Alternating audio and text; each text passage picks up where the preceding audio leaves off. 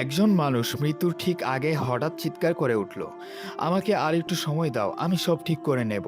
কিন্তু তখনও অনেক দেরি হয়ে গেছে। আপনি কি জানেন সেই মানুষটি কেন এমন বলেছিল?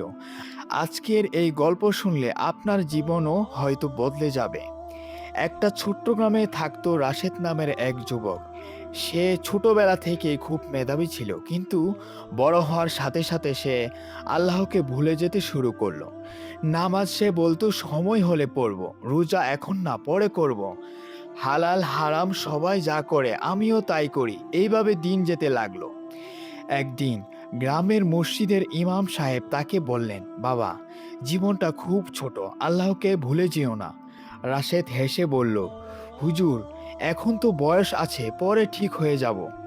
ইমাম সাহেব চুপ করে গেলেন, কারণ তিনি জানতেন মৃত্যুর কোনো বয়স নেই। কয়েক মাস পরে এক রাতে রাশেদ হঠাৎ অসুস্থ হয়ে পড়ল।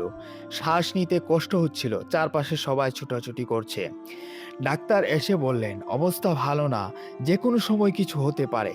তখন রাশেদের চোখে ভয় নেমে এলো। সে মনে করতে লাগলো তার জীবনের সব কাজ, নামাজ মিস, মিথ্যা কথা, হারাম উপার্জন। সে কাঁদতে কাঁদতে বলল, আমাকে আর একটু সময় দাও, আমি নামাজ পড়ব, আমি সব ঠিক করে নেব। কিন্তু তখন তার মুখ দিয়ে আর শব্দ বের হলো না। চোখ দুটো স্থির হয়ে গেল। রাশেদ চলে গেল একটা অসম্পূর্ণ জীবন নিয়ে। পরের দিন পুরো গ্রাম জুড়ে শোক নেমে এলো। ইমাম সাহেব জানাজার আগে বললেন, এই ছেলেটা খারাপ ছিল না, কিন্তু সে একটা ভুল করেছে।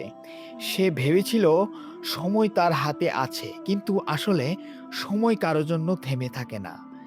এই গল্পটা শুধু রাশেদের না, এটা আমাদের সবার গল্প। আমরাও অনেক সময় বলি আগামীকাল থেকে নামাজ পড়ব, আর একটু পরে ভালো হয়ে যাব, কিন্তু আমরা জানি না আগামীকাল আমাদের জন্য আছে কিনা। বন্ধু, যদি আজকে আপনার জীবনের শেষ দিন হতো, আপনি কি প্রস্তুত? এখনো সময় আছে, আল্লাহর কাছে ফিরে আসুন, কারণ মৃত্যু কখনো সতর্কবার্তা দেয় না।